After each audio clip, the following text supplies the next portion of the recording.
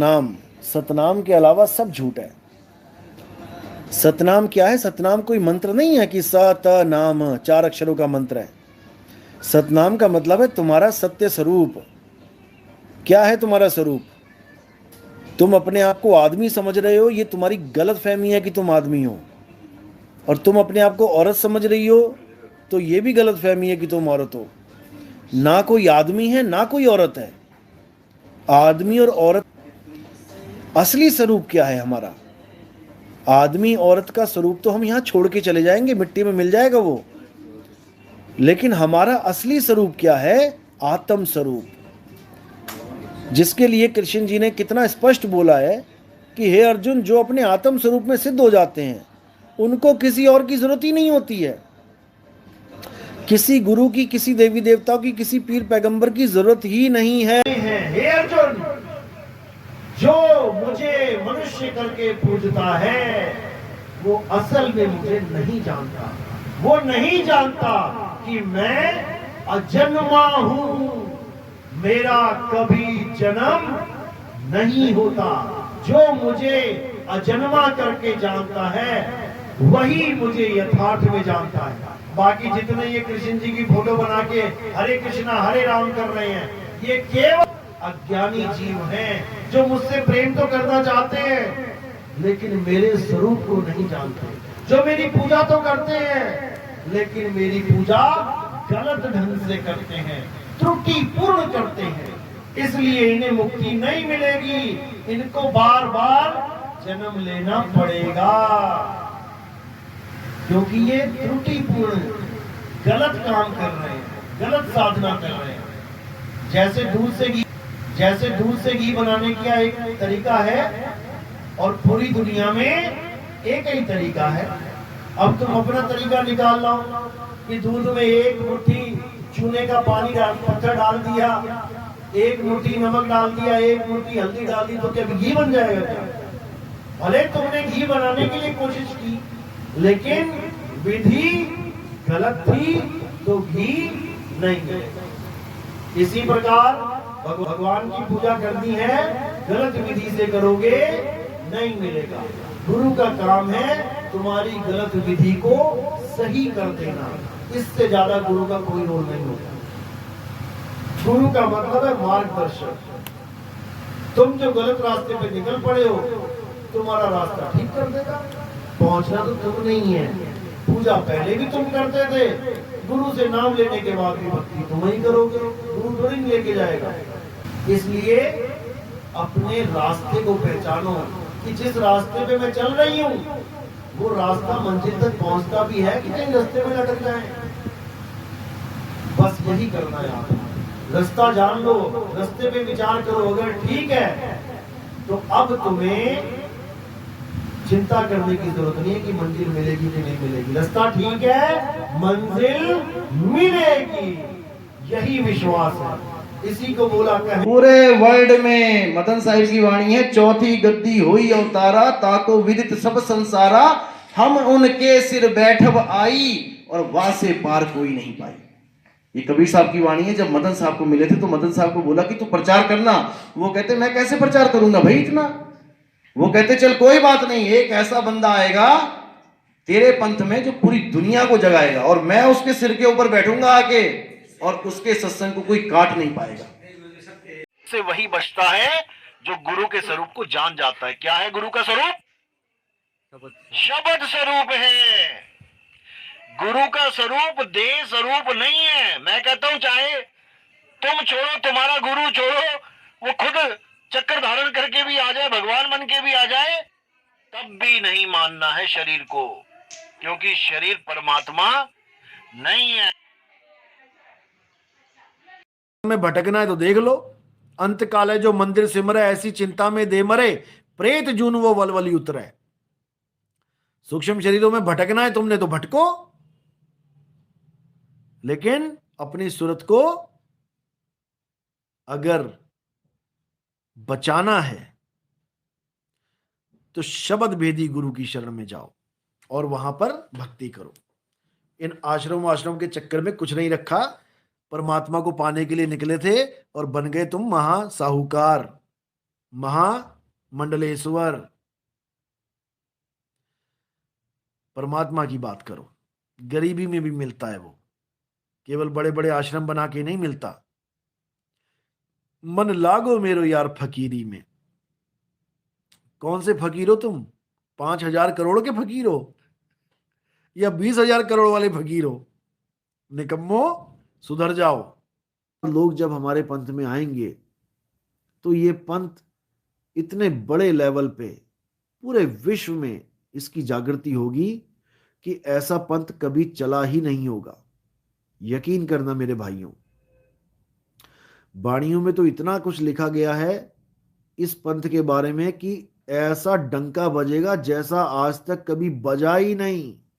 घर घर होगा बोध विचारा, घर घर, यानी हर घर में बोध विचार होगा। सत्य की बात चलेगी, असत्य को त्यागने की बात चलेगी, और निर्भय पद को प्राप्त करके सब मेरे विवेकी भाई एक हो जाएंगे। किसी का विरोध नहीं करना है, सत्य और असत्य का निर्णय करते जाना है। क्योंकि राम जी ने भी यही बोला, श्याम जी ने भी यही बोला, सब ने यही बोला कि सत्य को जानो, और सत्य केवल एक है, दो सत्य नहीं हैं। सत्य केवल एक है, केवल और केवल एक, और वो क्या है?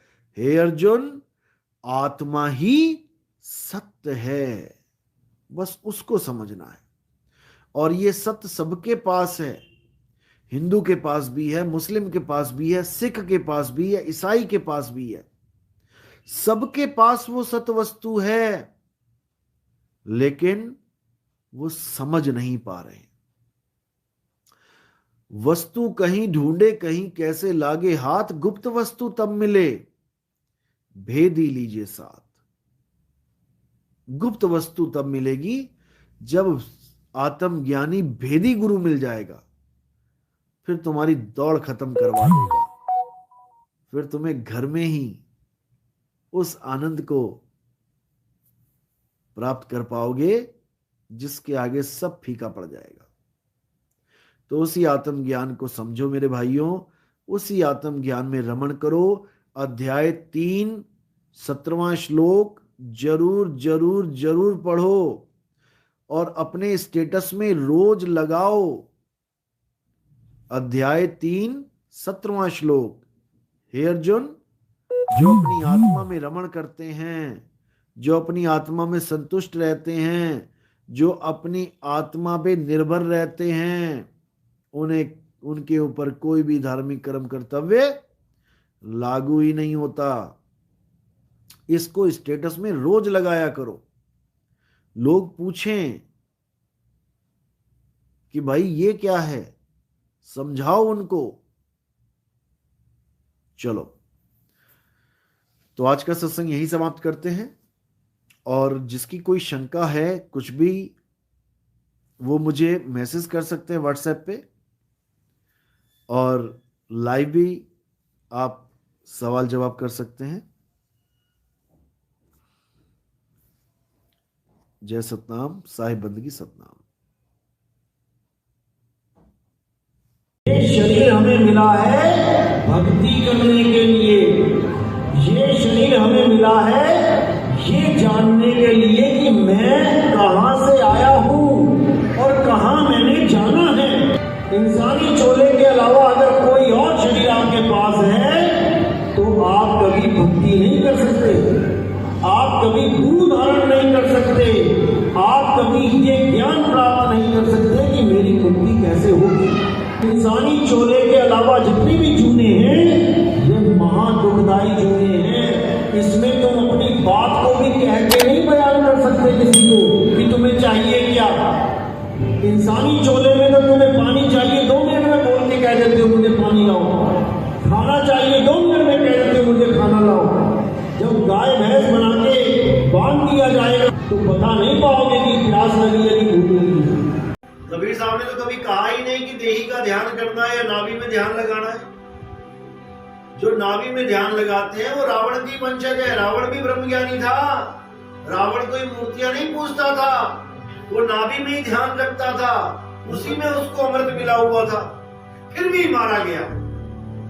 तो जो नाभि में ध्यान लगवाते हैं, चाहे शुरुआत ही करवा रहे हैं, वो आपको गलत गाइड कर रहे हैं। हवाई जहाज चलाना सीखने के लिए साइकिल नहीं सीखनी पड़ती कि पहले साइकिल चलाना आ जाए, फिर कार चलानी आ जाए, फिर ट्रक चलाना आ जाए तो हवाई जहाज चलाऊंगा।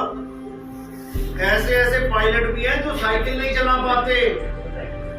वो पायलट बने क्योंकि उनकी चाल ही अलग है। वो सड़क पे थोड़ी नहीं चलेंगे, उसकी चाल भी हंगम है।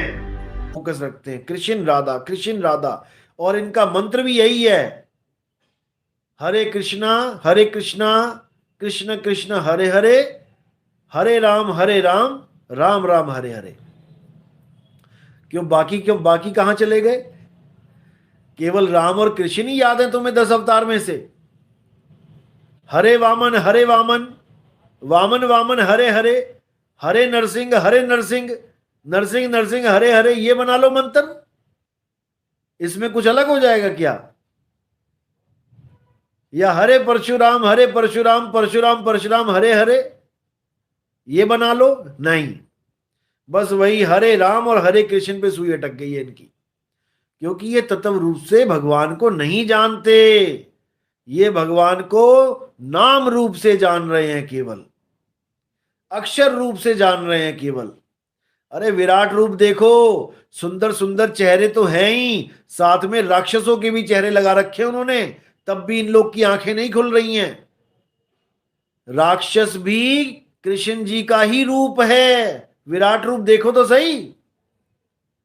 अगर नहीं देखा है तो मैं लिंक में, डिस्क्रिप्शन में लिंक डाल दूंगा इसी सत्संग में, नीचे देख लेना जाके, और फिर कहना कभी कि ये कृष्ण जी हैं, जो बड़े बड़े दांत, बड़ी बड़ी आंखें दिखा के, पूरा मुंह खोल के सारी दुनिया के लोगों को चबा रहा है। अध्याय 11 32वां श्लोक, हे अर्जुन, तुम पांचों के सिवा सब मारे जाएंगे, सबको मारने वाला काल मैं हूं। ये नहीं समझ में आ रहा इनको कृष्ण जी दिखाई दे रहे हैं, वो कि कृष्ण जी का विराट रूप है।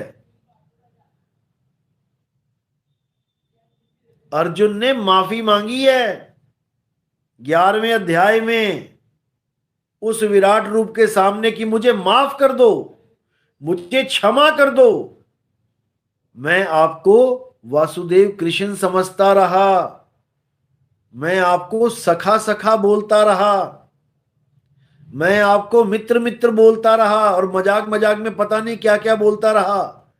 आप तो आदि पुरुष हो। आदि पुरुष यानी 3 लोक का स्वामी, 3 लोक का मालिक। वो कोई कृष्ण नहीं है, वो कोई राम जी नहीं है, वो निरंजन है, निरंजन। तुमने नाम रख दिए उसके अलग अलग, क्योंकि वो हर रूप बना के बैठा है। देव निरंजन सकल शरीरा, और तामे भ्रम भ्रम रहल कबीरा। देव निरंजन सब शरीर हैं। विराट रूप में जितने भी शरीर दिखाए गए, क्यों दिखाए गए? जब तुम कृष्ण जी, राम जी, परशुराम जी, वामन जी, नरसिंह जी केवल यही अवतार हो 10, तो तुम 10 ही अवतार दिखा देते अपने। कछुए का दिखा देते, मछली का दिखा देते, 10 रूप बना के खड़े हो जाते कि हाँ मैंने ये अवतार लिए 10। तुम्हें ये अलग अलग रूप बनाने की क्या जरूरत थी भाई? तुम्हें फिर आदमियों को खाने की क्या जरूरत थी भाई? ये कोई नहीं समझ पा रहा है। ना तो ये एस्कॉन मंदिर वाले समझ पा रहे हैं, ना ही हमारे हिंदू भाई समझ पा रहे हैं, क्योंकि किसी की बुद्धि वहां तक जा ही नहीं रही है, किसी का विवेक जाग ही नहीं रहा है। इसलिए मुझे ये सब बताना पड़ रहा है भाई, और प्रमाणों के साथ।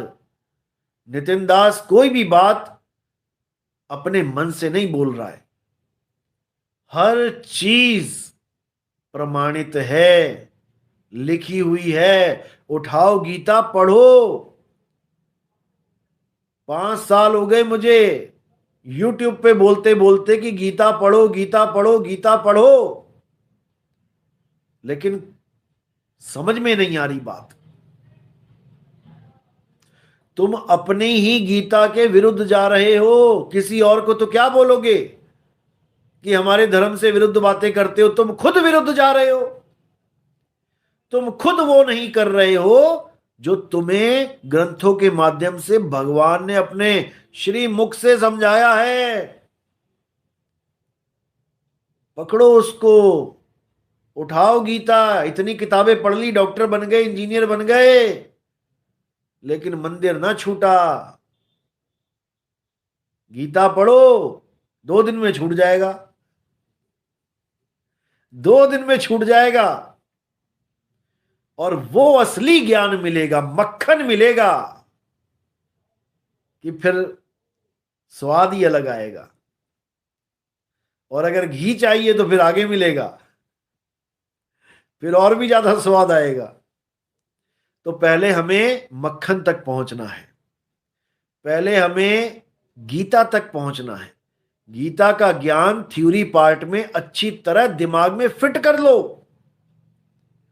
उसके बाद प्रैक्टिकल ज्ञान जो है वो सुपर कोड तुम्हें गुरु से मिलता है, जिसके लिए अध्याय 4 34वें श्लोक में बोला गया। सारा गीता का ज्ञान समझा दिया, देखो पूरी गीता पढ़ा दी, लेकिन फिर भी जो मूल ज्ञान था छुपा लिया गया। हे अर्जुन, जितना भी ज्ञान मैंने ये बोला है, सत्य और असत्य का निर्णय किया है, अगर तुम्हें समझ में आ गया है और तुम सत्य को पाना चाहते हो तो हे अर्जुन, किसी तत्वदर्शी संत के पास जाओ जो दोनों प्रकार के तत्वों का दर्शी है, जो दोनों प्रकार के तत्वों को जानता है, असत्य को भी जानता है, सत्य को भी जानता है। वो तुम्हारा असत छुड़वा देगा और तुम्हें सत्य ज्ञान दे देगा, आत्म ज्ञान दे देगा। एक बार आत्मा का ज्ञान हो जाने पर तुम कभी दोबारा अज्ञान को प्राप्त नहीं करोगे। लेकिन ये गुरुआ लोग क्या दे रहे हैं तुम्हें? तुम जाओ तो सही इनके पास, ये उठा के तुम्हें फिर मूर्ति पुजवा देंगे। मूर्ति यानी शरीर का भी डुप्लीकेट।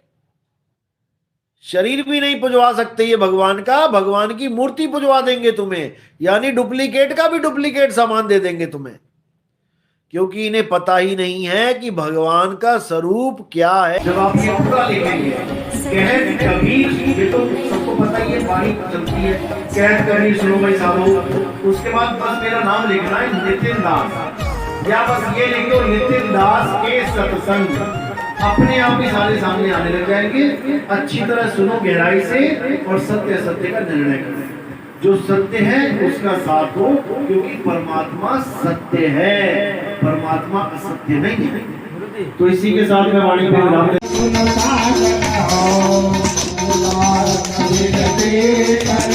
हूं।